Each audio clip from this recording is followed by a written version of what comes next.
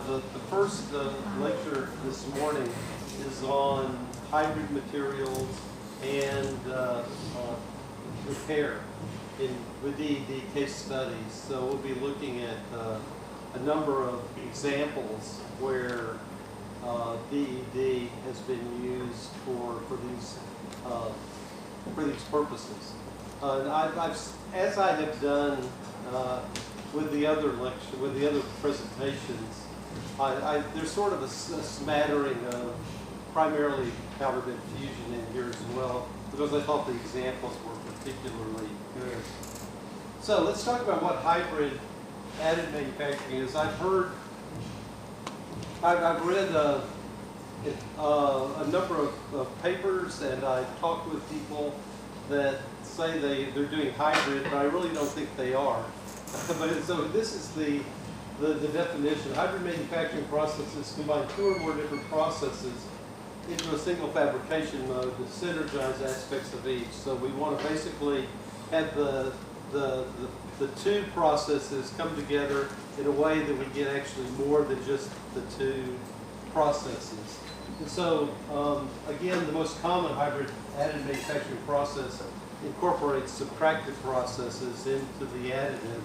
And it's, again, primarily to be able to do surface finishing on surfaces that are accessible to machining during the build, but which are not accessible to machining after the build. So, for example, if a part can be additively manufactured and then taken out of the machine and machined adequately, that's really not a very good example for hybrid manufacturing. So we'll be looking at some of these. You know, these hybrid machines have been around really since the late 1990s. And the table that I had, I think maybe from the last presentation, that had all of the companies in the world that were doing DED, I made notations on that table, which ones were doing hybrid manufacturing. So anyway, so this is, I want to take a look at this. This is, hopefully this will work. We're going to go to the we're going to look at some websites and see some of these, because the manufacturers actually have some very nice demonstration examples. And so the one I want to show here is the hybrid additive manufacturing machine from the Japanese company Matsuura. I think they say their machine has been developed since 2002, and I actually happened, it was about 2004, maybe 2005, I was in Japan and actually visited Matsuura and saw their machine. It was a massive, big machine that would produce metal parts that were finished. It was very nice. So let's see if I can get this movie to work here. That seemed to be pretty easy, so if we can just play this guy. I don't really think you need the sound for this, but oh, you're not seeing what I'm seeing. So.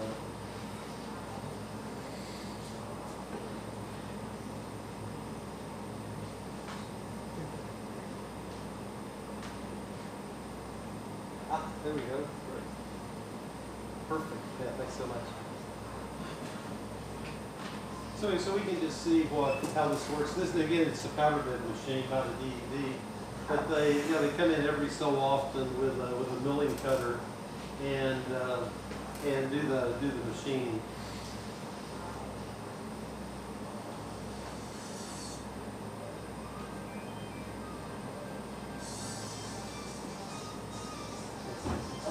Matsuura, by the way, is a humongous machining company. So they moved from machining into additive.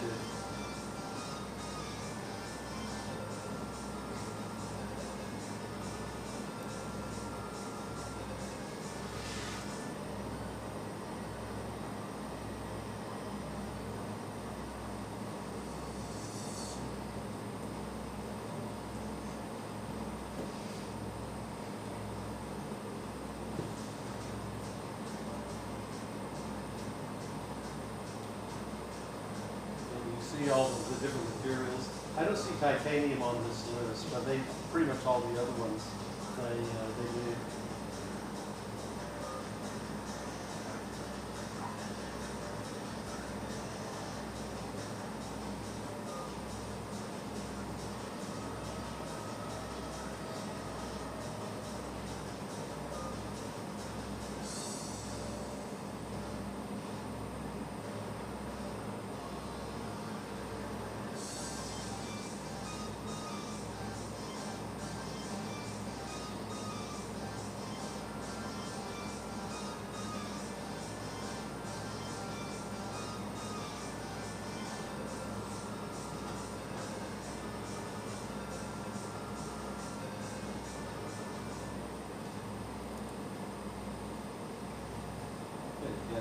y-axis. Do you want to do that?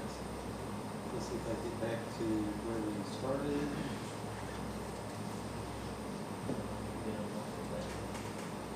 Looks like this is working. Okay, let me show you another one that's from DMG Mori. This is, I think, is another Japanese company. They're also a machining company that's gotten into the game. So let's take a look at this one, see if we can make this one go. So I just need to stop the presentation. Is that what we're doing? Okay.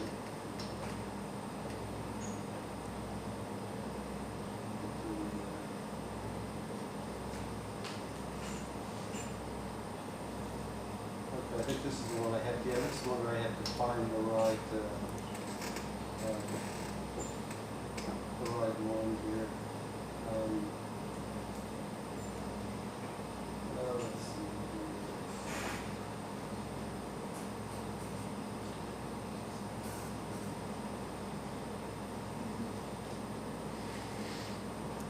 Okay, let's see. I have to do it this way. I search for hybrid.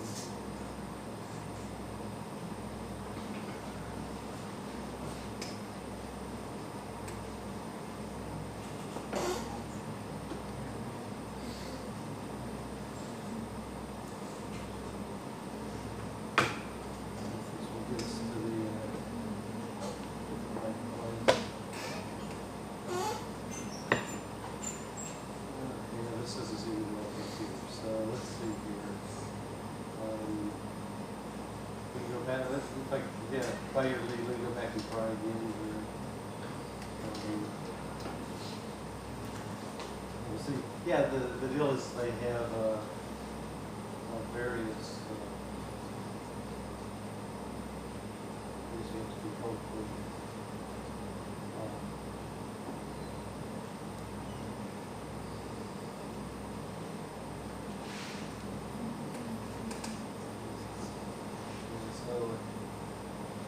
Actually, I think this one. See if I have this one.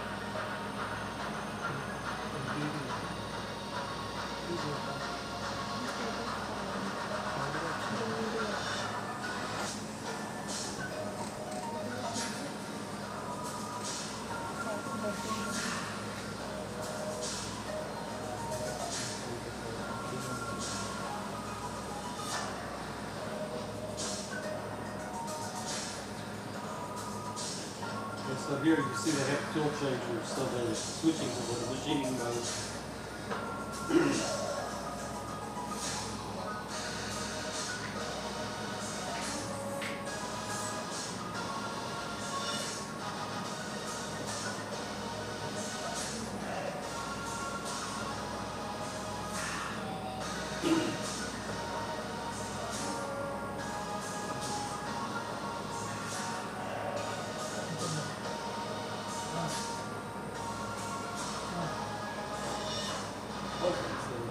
there, so you can see the how this is working. So looking at this is a slide that just simply says that the more with machining, the more we take away, the more expensive the process is. However, whereas with additive, the more we add, the higher the cost. So that's really the gist of this slide. So I think we'll jump ahead here. Fraunhofer IPT, which is the Fraunhofer is one of two in Aachen, Germany. They're actually separated by a driveway from each other. The other is the Fraunhofer ILT. But the Fraunhofer IPT had developed a process which you can sort of see over here. It was, but they went out of business. But I wanted to include it anyway. It's laser welding with either powder or more commonly a wire feed. So it's really a wire-fed DED. And the materials fed in the melt pool combining with milling of contours in the surface. And they were trying to do rapid tooling, sort of like the movie we just watched from DMG Mori that showed them finishing I think it was a die casting die. So this is the same thing. So the selling point was to reduce the need for EDM for deep slots, but they had a lot of milling difficulties and with mastering conventional tool skills. So it was on the market for about 10 years, but had problems. But the concept was very consistently hybrid manufacturing. Here's another one. This is directed energy deposition, the so-called ambit method, and it's one of a variation of hybrid manufacturing processes. Generally, what we have with hybrid, what I've observed, is that there really are sort of three different sort of variations. One is we take an additive manufacturing machine and we sort of modify it to do the subtractive, or as has been the case in the examples I've shown so far, we have a machining company that takes a machining machine and sort of adds capability for doing additive. In this case, what the ambit tool does is it's sort of a modular insert that works almost on any machine. So you take like a CNC machine, and this ambit head is just like a machine tool. It sits on the tool changer just like the other tools, and when it's time to use it, the CNC will grab it and it can do what it needs to do. Of course, it's laser based, so of course there's some safety protocols that have to be in place. So it's not just a matter of buying this attachment and sticking it on the machine, because there's lasers, so there's all these workplace safety considerations in terms of lasers in manufacturing that have to be met. But anyway, it's a nice idea. It was developed at De Montfort and MTC in the United Kingdom, and it uses this AM deposition head as one of the tools in the magazine. The laser and the material feeding system needs to be docked separately, and again, it can be fitted into most CNC machine configurations and robotic platforms, and then, like I mentioned, the machine guarding must be upgraded to a light-tight enclosure. So let's see if we can make this one work. Let's stop this. And we'll go down here. Let's see if we can make this go.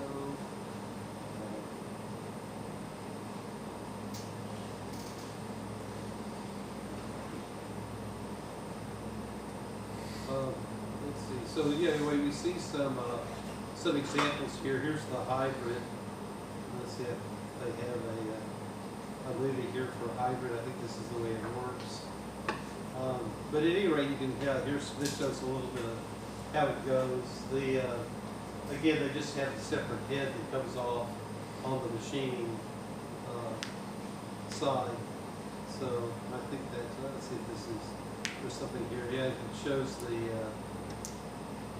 but yeah, I think that's, maybe that's all we see here. They don't have a good movie to watch, I don't think, so. But anyway, so that, this is the way it works. So yeah, we have that separate head. So let's go back to the PowerPoint.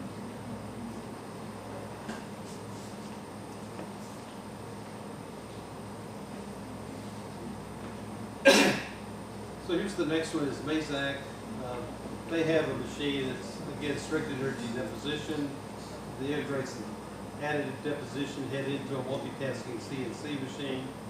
And so the deposition heads were developed by Hybrid Manufacturing Technologies, turnkey solution, 5-axis milling, as well as laser marking. So let's see what we can find here.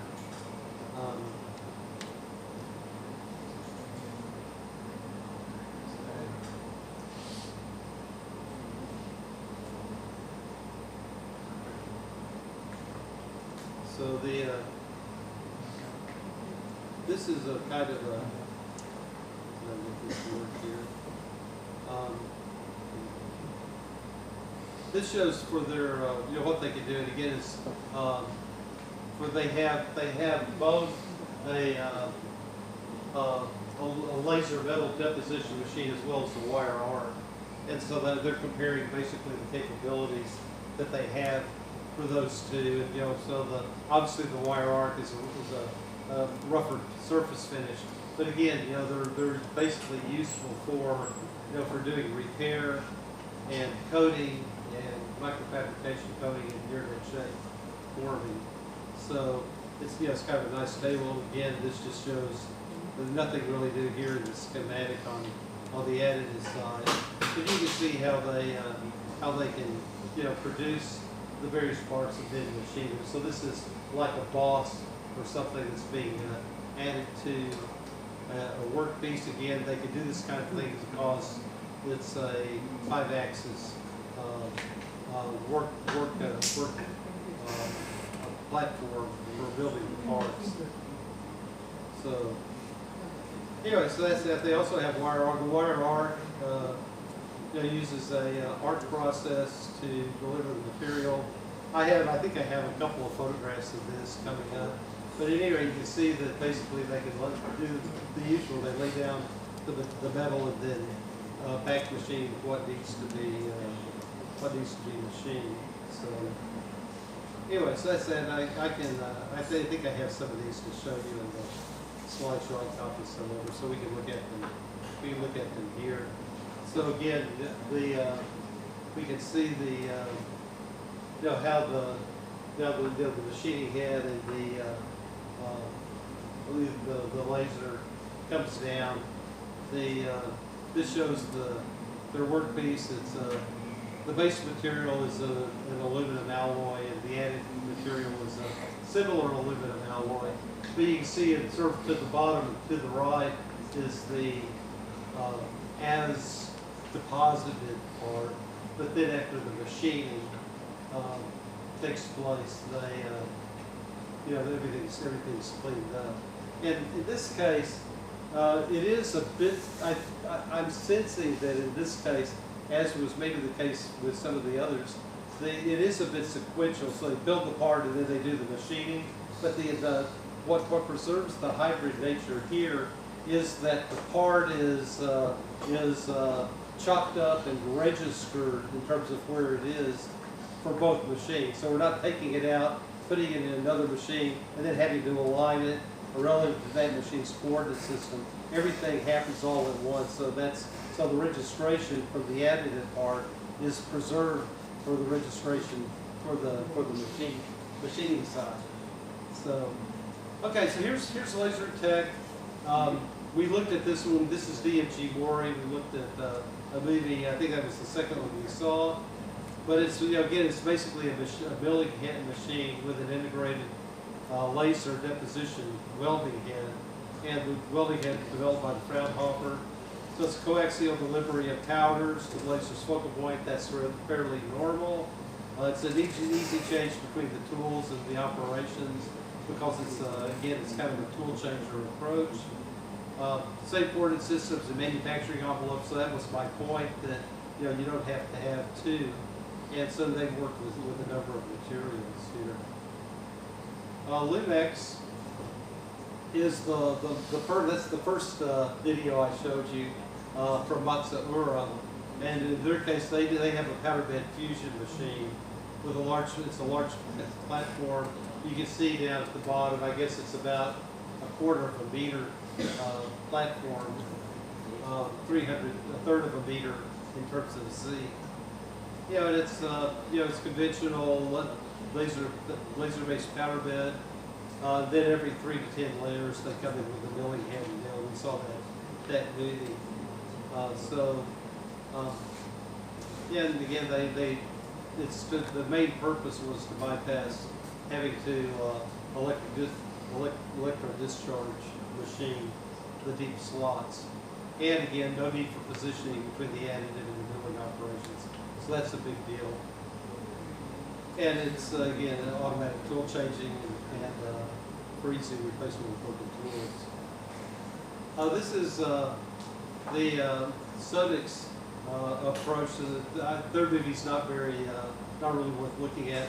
But again, it's this is another powder bed extrusion, a powder bed fusion example, where they have an integrated 3-axis high-speed milling operation, so they can produce parts that way. Again, it's every 3 to 10 layers are milled. What they're for is injection molding tooling. And by the way, I mean, if you think about polymer processing, the tooling is not nearly, doesn't have to be nearly as tough and strong as is the case for molds or tooling for metal forming, right?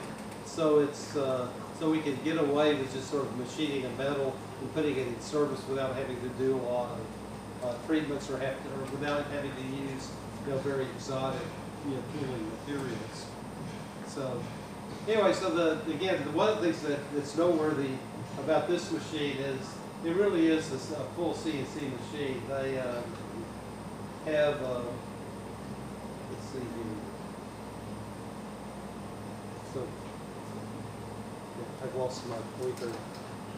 sorry about that. Yeah. So anyway, instant. Here we go. Yeah. So but it's got 16 stored tools and a tool changer, at least one of which is the additive tool. So again, we have that. A little different. This is sheet lamination. It's neither powder bed fusion nor directed energy deposition. I thought I would show it. It's sort of a prime example of sheet lamination additive manufacturing. This is ultrasonic additive manufacturing approach. This comes out of Columbus, Ohio. It's sort of a spin-off out of Ohio State University, I believe. But basically what they have is we take foil, which is shown up here. Basically, there's just this foil strips, and then this big contraption here is actually a sonotron that rolls over the foil and solid state welds it ultrasonically onto the previous layer. And then what they do is at some point during or after the build, they come back in again with a milling head and clean everything up.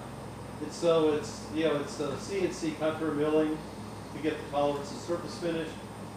You can do dissimilar materials typically will join pretty well, except that this is not really a fully functionally graded approach because we're working with foils. So I can do gradation in the Z direction only, and everything else is planar, right? Because of the nature of the foil deposition. And then, as I think I may have mentioned earlier this week, it's a great, because it's a room temperature process, it's a way to produce a metal part that has a thermally sensitive equipment like electronics or sensors. Basically the way this works is they build like a cavity for the sensor, and then place the sensor and then just keep building. And so it's possible to do that. Now, it's the only additive process I think that's really amenable to this kind of approach. Okay, so we can look at thermal spray. This is Hermal or Hermley. It's a metal powder application. What they do is it's a thermal spray approach. So what they do is they're blasting metal powder onto a substrate. It's a very high speed, and the powder will fuse onto the substrate. The units, it's integrated into a 5-axis machining center, so the part can be freely rotated. You can do however many materials you want, but also they have a water-soluble filler material, so if they want to do undercuts or hollow areas, they can use that. And then once the part comes out of the machine, they basically just soak it in water, and the filler goes away. So it's kind of a nice approach, which is not uncommon in additive manufacturing machines. I think this one has a movie worth looking at here. So let's do that. Make this work.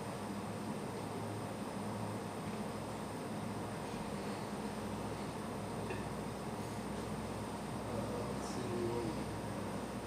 Oh, we've already looked at this one.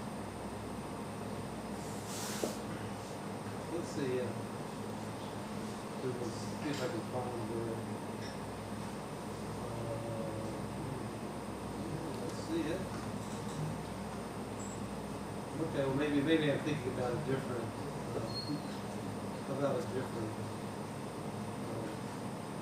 technology. Okay, I guess it was a different. Okay, so let's come back.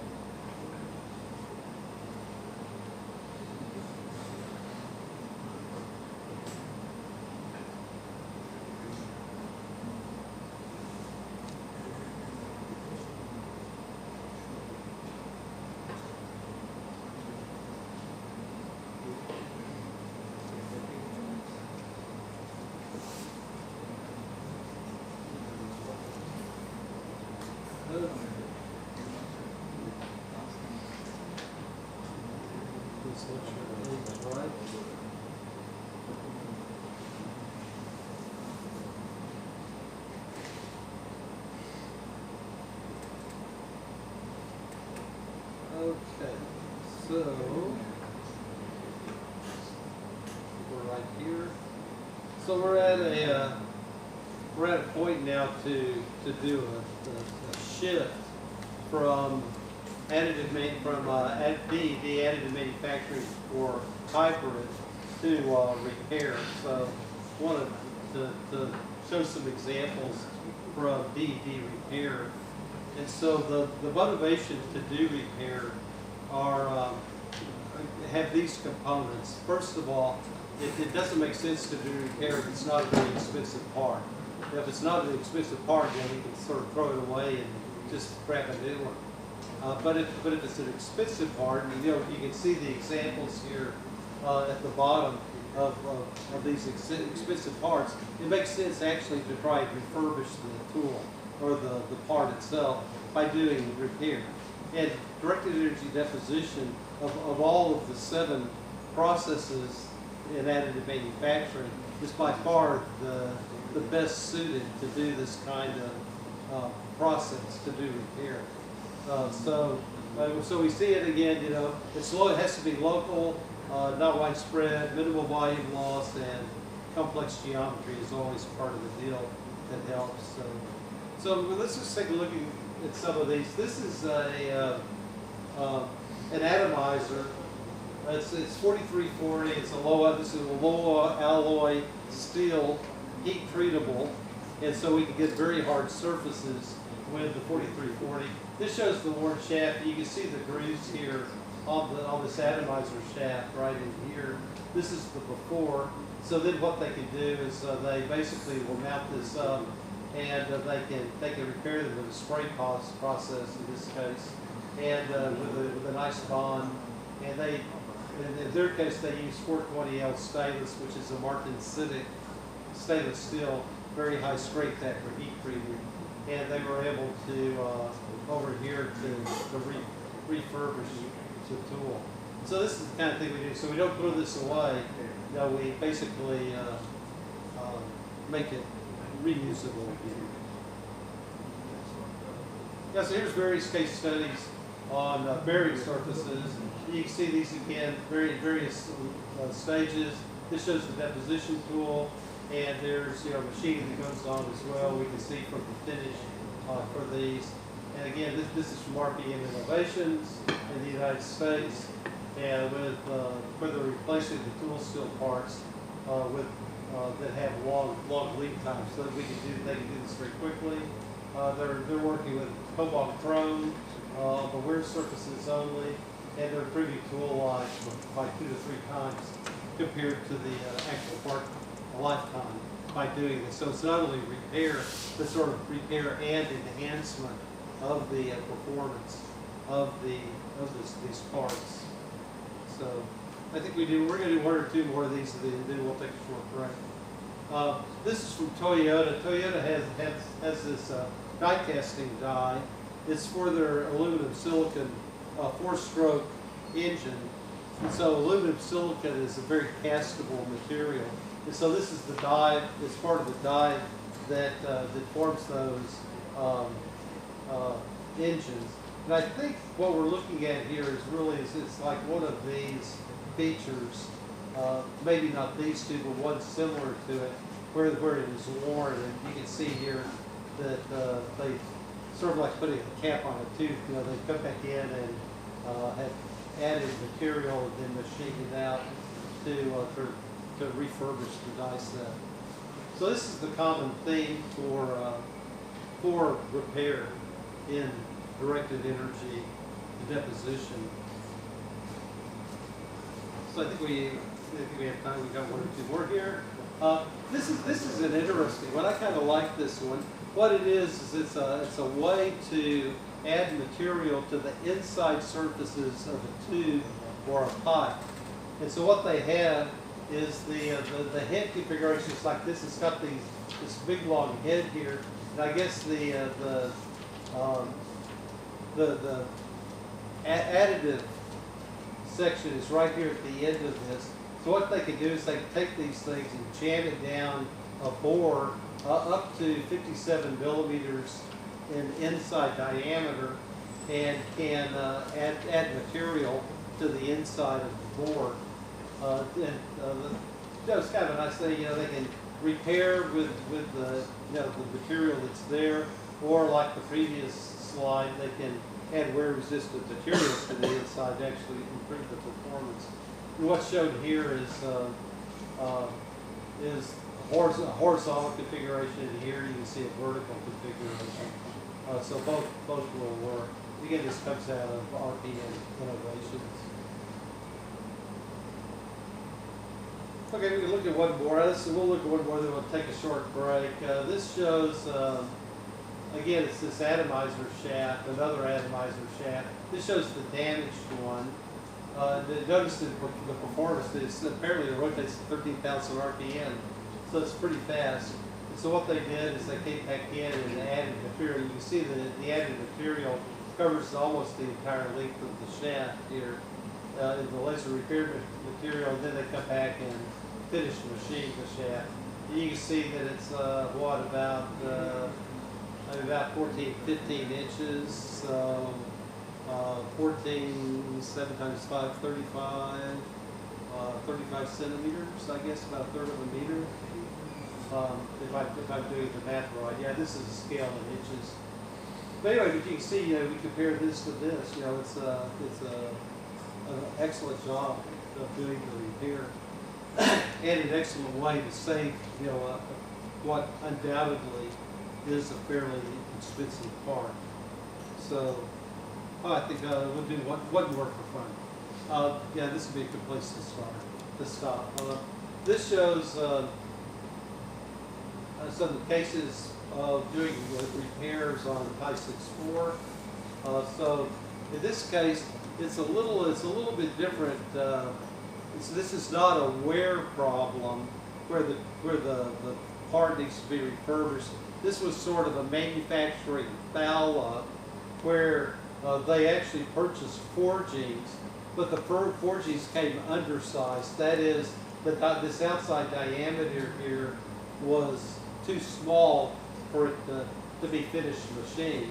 So what they did is they came here. You can see they're coming along here with the laser repairs that add more material around this outer edge. You can see the material that was added here, and then finally they were able to go in with the extra material in place.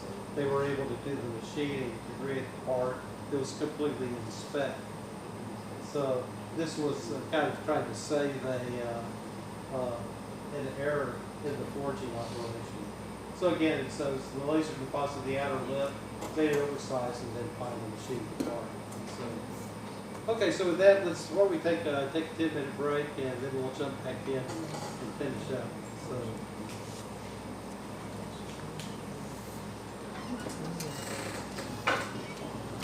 Yeah, thanks for helping out with this. Yeah, it was fun. Yeah, it was. I wasn't really sure what was going on.